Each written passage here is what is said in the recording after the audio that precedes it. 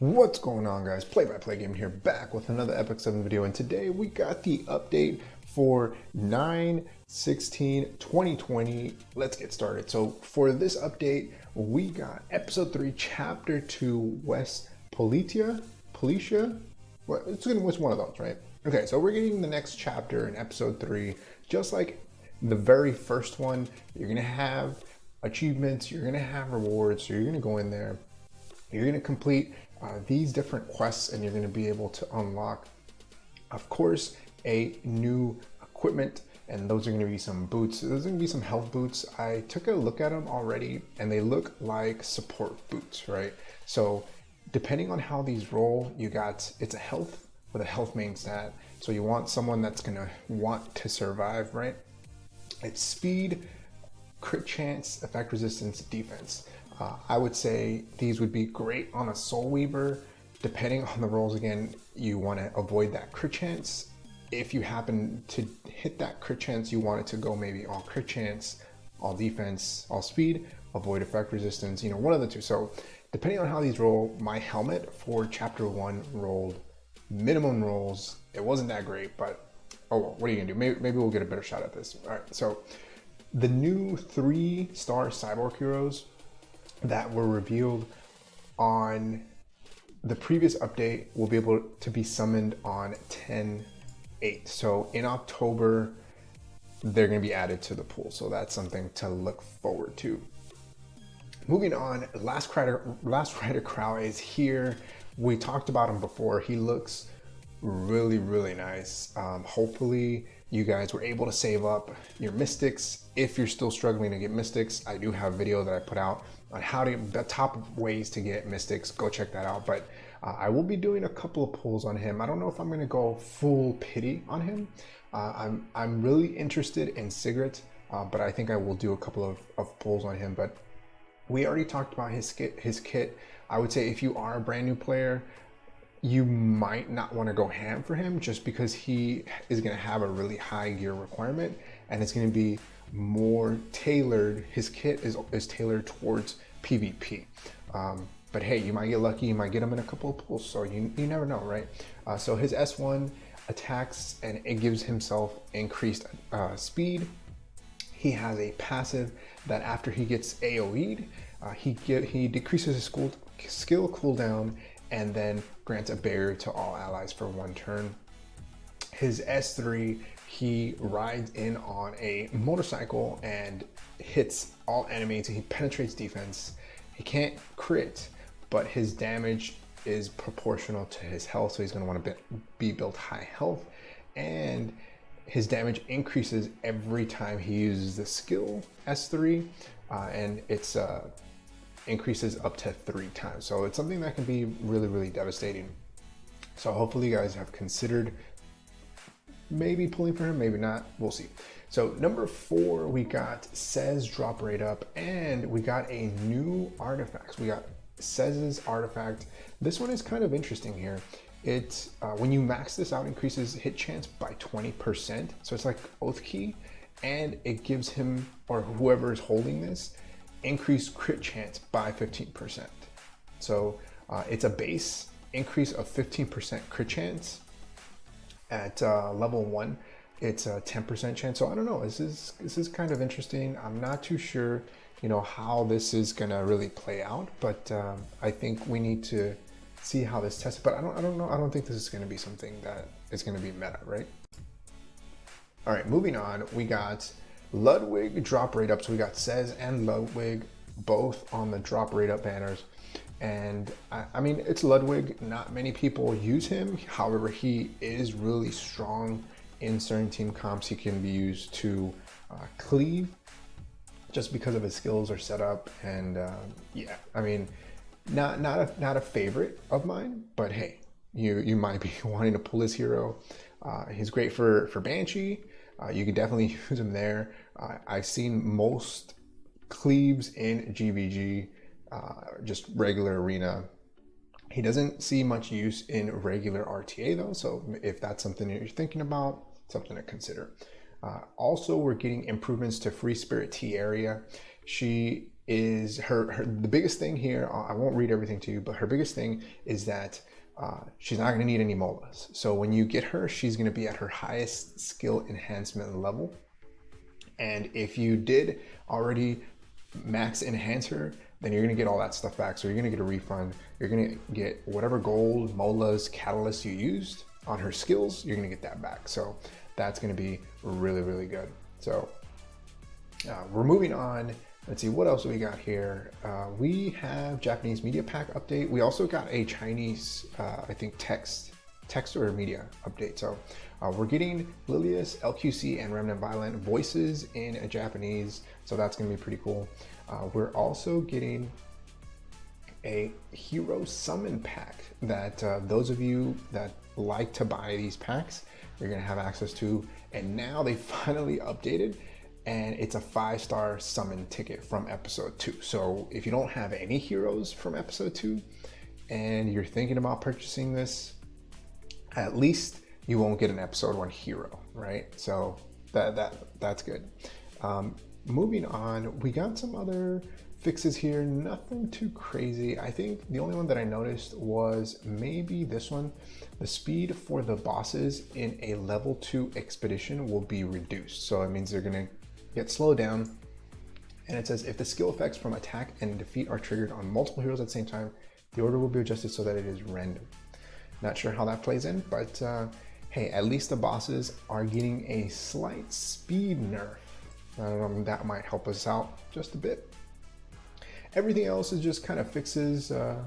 QOL, special side story preview, Thieves Under the Light of the Moon. So they did kind of show a quick teaser of the new side story coming up, and it looks pretty interesting. I think I might have it here, so we can take a quick look at it.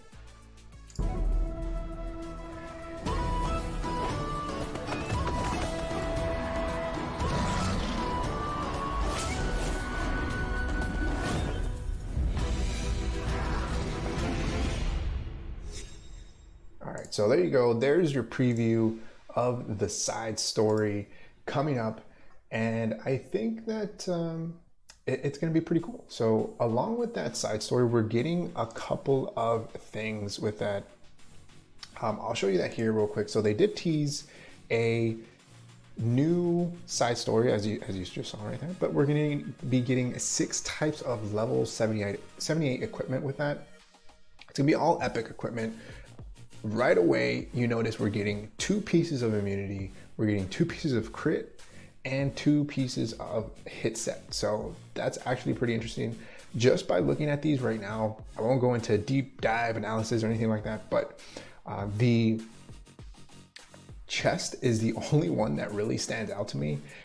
It's health defense, crit chance, crit damage. So depending on the rolls, you could potentially get a really high bruiser gear. And for the most part, these free welfare gear that we get usually tend to roll somewhat high, but never roll how we want them to roll. But you do have speed on the 2 immunity pieces. You got 4 speed, so you might get lucky, you might get full speed on those. The boots are crit attack boots, but they have a health, defense, effectiveness, and crit chance. So no crit damage on there.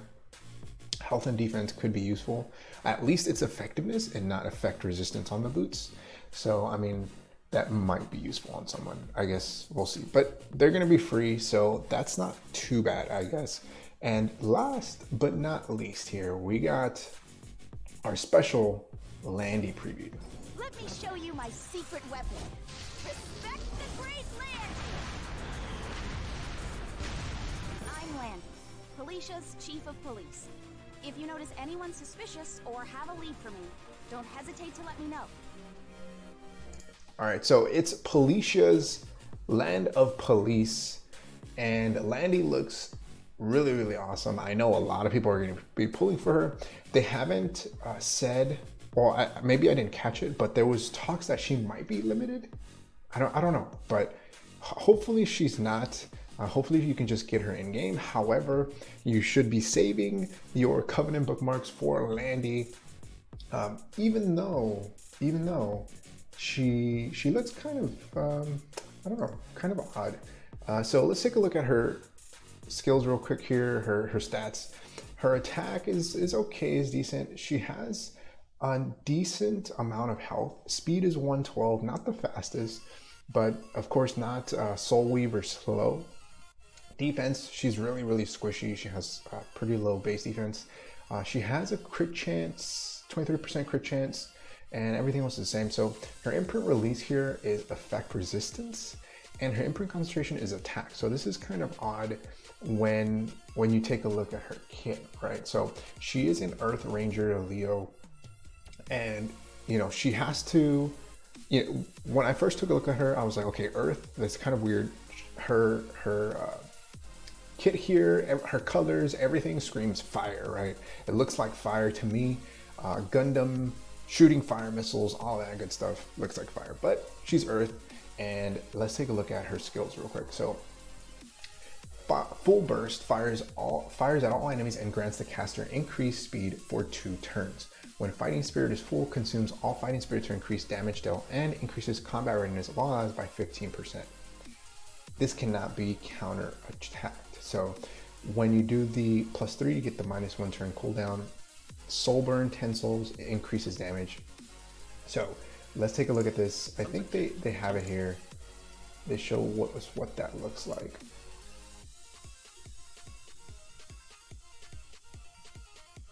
So it increases combat readiness by 50%. And then when she has full stacks, take a look. All right, she did tons of damage there. If we take a look at, she had 11k health, and she did what? 11k to this unit here, 11k to a Charles. This Krau got hit with 7k. So it looks like she can do a lot of damage, right? A lot of damage. If they soul burn there, I don't know, we'll see. Skill 2, the Chief is on the scene, increases the caster's attack by 7% after attacking. So it's all about pushing her forward, pushing your team, making your team get more turns. Effect can only stack up to 5 times. At the start of the turn, gains 10 fighting spirit for each buff granted to an enemy, and when fighting spirit is full, resets cooldown, starts the first battle with 50 fighting spirit. So her Molas here increases her attack. So this is going to be pretty disgusting, right? I mean, she one-shotted that unit for 11k. She hit Charles for 11k, which is usually somewhat tanky unit. That Krau was probably on Arius, right? And yeah, it's I don't know. This is one of those where I'm not quite sure how she's gonna fit in, but as you can see there, they have like what, 4 buffs here, 2 buffs, 2 buffs, 2 buffs. So her damage, right, increases based on how many buffs, or no. Her fighting spirit increases based on the number of buffs the enemy has. So if they're constantly buffing and trying to put up immunity, barriers, anti-crit, all that stuff, every time that they do that, and for however many barriers, immunity, whatever they have, she's gonna get 10 fighting spirit. So it could be to where she's just using her skill 2, so she's increasing her attack. This could be maxed out by the time the enemy goes, right? They could go before you, put up all their buffs, do all that stuff, and then you go and you have full max stats, and that's how they were probably able to cleave, right? That's probably why she was able to cleave. So she got she got that increased attack. Fires the enemy and increases the caster's combat readiness by 10%. This is her S1. Effect is doubled when the enemy is buffed. So she is pretty much saying, hey, everyone that's buffing, I'm gonna use your buffs against you, right? I'm gonna push myself up, and I'm gonna use that to push my entire team up and do more damage based on the number of buffs you have. So I think that she can be pretty insane, although I think that her gear requirement is going to be pretty tough. Her artifact also looks really interesting. Maxed out at the start of the turn. For each buff granted to the enemy, so here we go, has an 8% chance to grant the caster increased attack. So as you saw, she had Oxlots push her up, and she was on her artifact, so that gave her that greater attack, right? For 1 turn. After using an attack that targets all enemies, increases combat ratings of the caster by 10%. So when she goes, no matter what happens, and she does her AoE, she's gonna get combat readiness. So her entire kit is built to push her forward and your team, and to deal massive damage based on buffs. So I guess we gotta kind of wait and see if she's gonna be limited, right? If she is, of course, you're gonna have to pull for her. And I think that everyone should at least have 1 copy of her if she's limited. If she's not, she screams PvP hero. However, I'm sure she can do a lot of damage for bosses that are constantly buffing themselves. However, some of those buffs aren't considered buffs, so I don't know how well she's gonna work in PvE, but I guess we gotta see. All right, guys, that's gonna be the end of the video. Hopefully you guys enjoyed it. Let me know your thoughts on Landy. Are you guys gonna be pulling for a Gundam waifu? Let me know in the comment section below. Like always, if you happen to enjoy this video, make sure you hit that like button. If you haven't subscribed, think about subscribing. It definitely helps the channel grow and reach more people like you who like content like this. Like always, thanks for watching. I'll see you in the next one. Peace.